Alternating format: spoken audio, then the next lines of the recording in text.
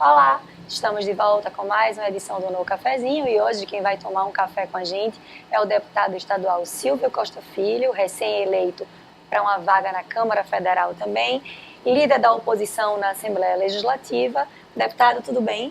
Tudo bem, Renata, tudo bom, Carol? Queria agradecer a oportunidade de nós conversarmos um pouco sobre Pernambuco, sobre o Brasil. Muito obrigado pelo convite. Obrigada também por ter aceito tomar um café com a gente, Carol Brito.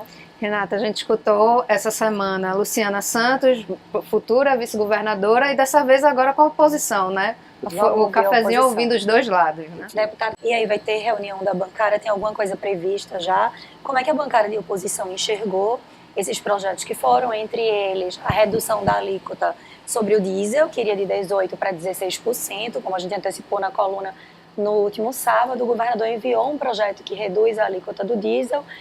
Entre 28 projetos, um é esse, o outro cria uma nota fiscal solidária, que beneficiaria 1 milhão de famílias do Bolsa Família. Isso é bom, isso é ruim na visão da oposição, isso foi truque do governo do estado, não foi uma coisa boa? Olha, Renata, a gente avalia que o governo erra pela falta de diálogo.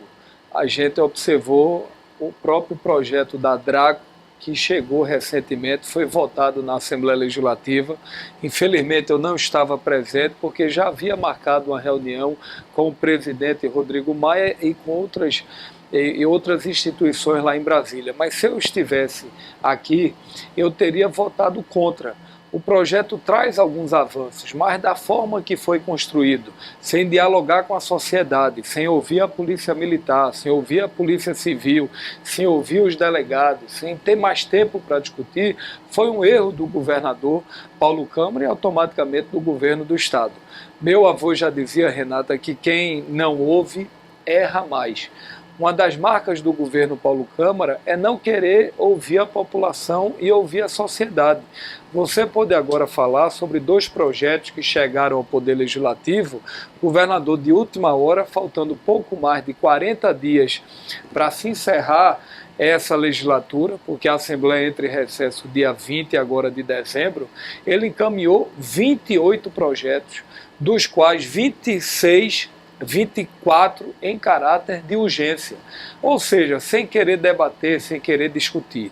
Nós da oposição somos favoráveis ao projeto que foi encaminhado, que reduz o diesel de 18 para 16, mas o governador não está reduzindo o imposto, ele está voltando ao que era antes.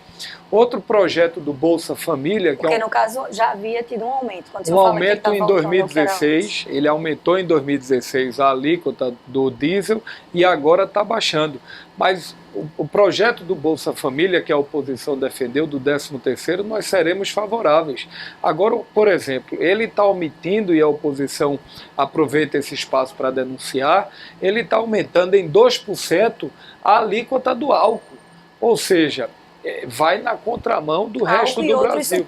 Álcool e outros impostos, ou seja, outros segmentos da cadeia produtiva. E acho que embalagens de água mineral não retornáveis é também uma forma de inibir essa coisa do consumo ICMS para transporte interestadual, aumentando a alíquota do álcool, aumentando a alíquota de imposto para fumo, para bebidas, aumentando para bijuterias, ou seja, isso ao final prejudica o setor produtivo, prejudica o micro e pequeno empresário e prejudica a população. Então, projetos como esse não deveriam estar sendo discutidos em caráter de urgência, é mais um erro do governo Paulo Câmara. Deputado, então na sua avaliação não compensaria reduzir os 2% sobre o diesel, enquanto vai ser necessário aumentar 2% em outros supérfluos? Não, na nossa avaliação, eu sou da tese que é importante a gente reduzir impostos em Pernambuco, até porque Pernambuco é um dos estados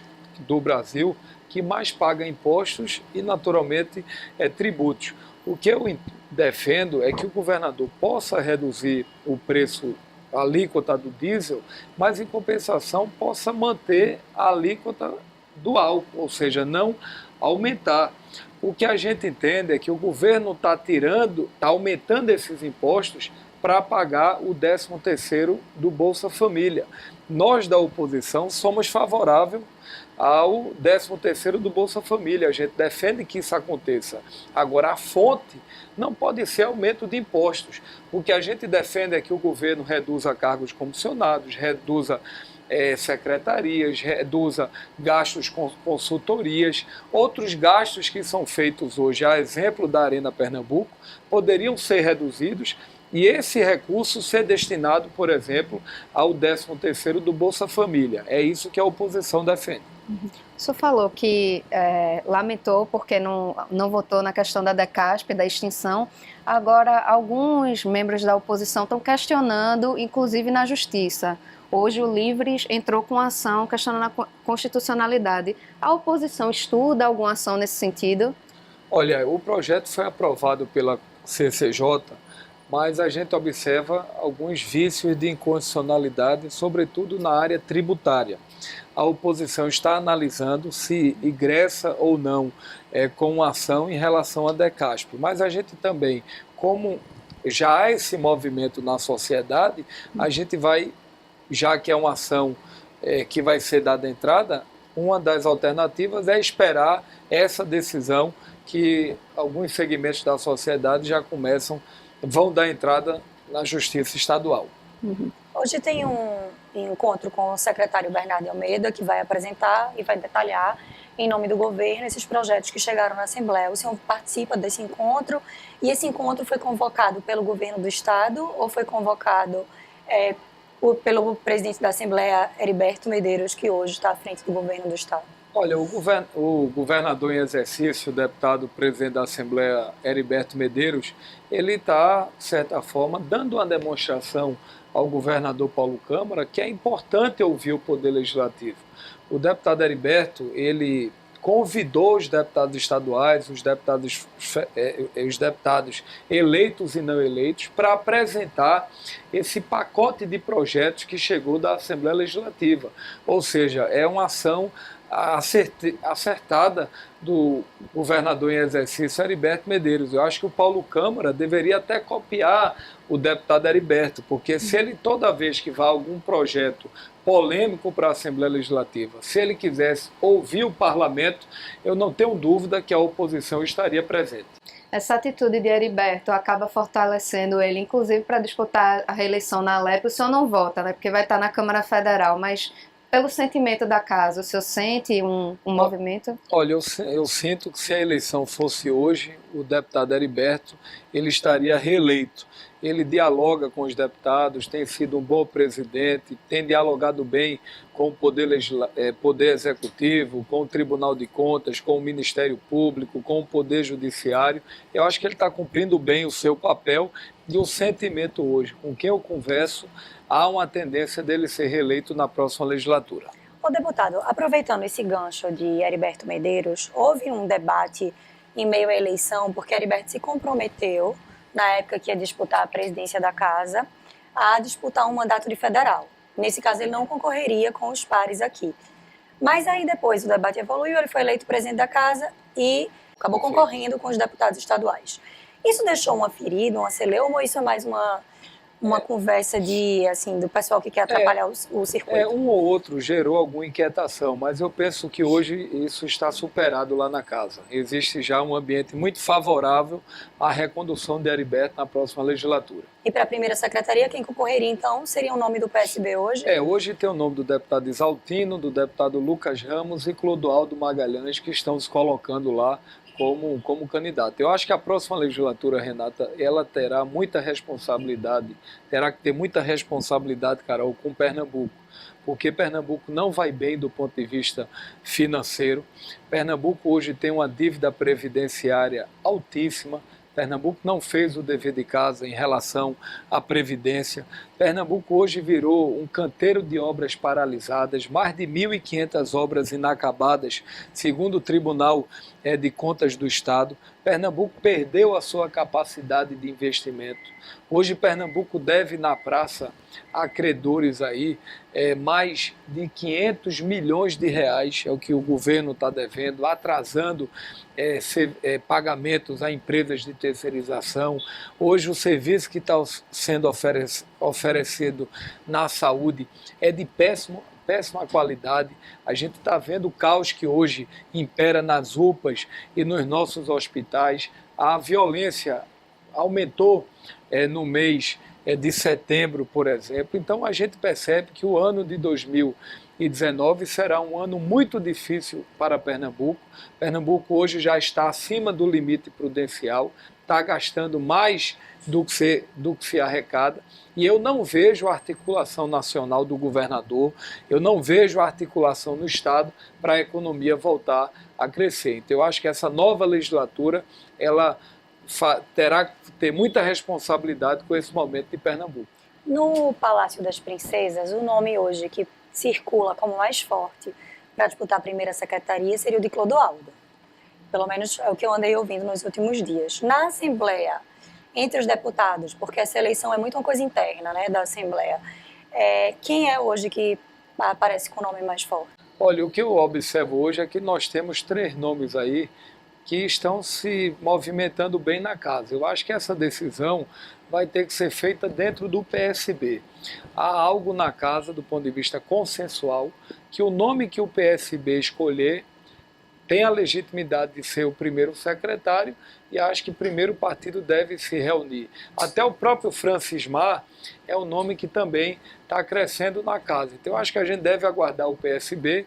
Eu não voto, porque vamos votar lá na Câmara Federal, mas eu acho que o deputado Heriberto, o primeiro secretário do PSB, eu espero que possam cumprir um bom papel nesses próximos 2 anos lá na casa. Falando um pouco dessa sua atuação na Câmara Federal a partir de 2019, chegou a circular a informação de que o senhor poderia apoiar o governo Bolsonaro e depois que seria independente. Afinal de contas, vai ficar independente? Não, vai apoiar? Deixa eu te falar. Primeiro, essa informação foi truncada. A gente, no primeiro momento, vai ouvir o partido. A gente terá uma postura de independência para votar nas pautas favoráveis ao Brasil. Eu sou favorável à discussão do Pacto Federativo, ao imposto único. Precisamos discutir, Renata, a reforma da Previdência, não essa que está aí de Temer, mas aquela que não tire direito do trabalhador e nem prejudique a população. O Brasil precisa recuperar a capacidade de investimento. Hoje nós temos 2.900 obras paradas no Brasil. Precisamos retomar o investimento, fazer com que a economia cresça, porque eu digo sempre, Carol, o maior programa social do Brasil tem que ser o emprego e a renda para a população. Então eu quero ajudar o próximo governo a destravar obras importantes e que possa ter um olhar para o Nordeste. Então todas as matérias que forem boas para Pernambuco e para o país, nós votaremos favoráveis sem nenhum tipo de preconceito. O senhor chegou a se posicionar sobre a questão da indicação do ministro Joaquim Levy, né? O senhor acho que defendeu hoje essa indicação. No entanto, existem muitas queixas aqui no Estado, do governo Paulo Câmara, porque na época que Levy era ministro de Dilma, que ele foi ministro da presidente Dilma, que as torneiras foram muito fechadas para Pernambuco. Será que esse paralelo pesa aqui para Pernambuco hoje com essa indicação de Levy? Não, eu penso que não. Eu acho que Levy é um quadro nacional, um homem acima de qualquer partido político, tanto é que ele foi ministro da presidenta Dilma e o presidente Bolsonaro tomou uma decisão acertada de convidá-lo para o BNDES. Eu acho que é importante que o Brasil e o próprio Bolsonaro ele possa preservar os grandes quadros nacionais e chamar para fazer parte do seu governo. Eu acho que até agora o presidente Bolsonaro ele tem acertado mais do que errado. Então essa é a leitura que a gente faz. E eu tenho certeza que ele é presidente do nosso país e ele vai ter que ajudar o estado de Pernambuco. Eu vou visitar o governador Paulo Câmara em janeiro, vou me colocar à sua disposição para todas as matérias que forem de interesse de Pernambuco, eu quero poder lá em Brasília ajudar o governo do estado.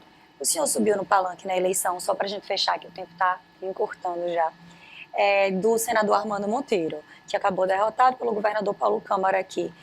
O senador foi um dos que votou a favor do reajuste, ele ontem até registrou que se arrependeu do judiciário. O presidente Bolsonaro fez um apelo, que não era o momento, o Senado votou por esse reajuste e a Câmara já tinha votado antes. né? O senhor vai lá para a Câmara Federal agora, o senhor acha que faltou sensibilidade dos parlamentares em pôr um reajuste desse no momento que o país já está submetido a uma crise fiscal muito grande? Sem dúvida, Renato, um momento completamente inoportuno. Eu, se fosse senador da República, eu votaria contra o aumento nesse momento, porque eu acho que a hora agora é de toda a sociedade brasileira fazer gestos ao país. Então a sociedade precisa, a classe política, o poder judiciário, toda a sociedade civil organizada precisa se unir, refletir sobre o momento difícil que vive o país e fazer gestos e cada um dar a sua parcela de contribuição. Eu acho que é isso que a sociedade exige da classe política brasileira. Terminando aqui, o tempo encurtou um bocado hoje. Muito obrigada pela audiência de vocês, deputado, muito obrigada. Venha tomar um cafezinho quando quiser com a gente, trazer as novidades de Brasília agora. Carol Brito. Voltamos semana que vem, né, Renata? Sem promessas para essa semana a mais. Tchau, Obrigado. tchau. Obrigada.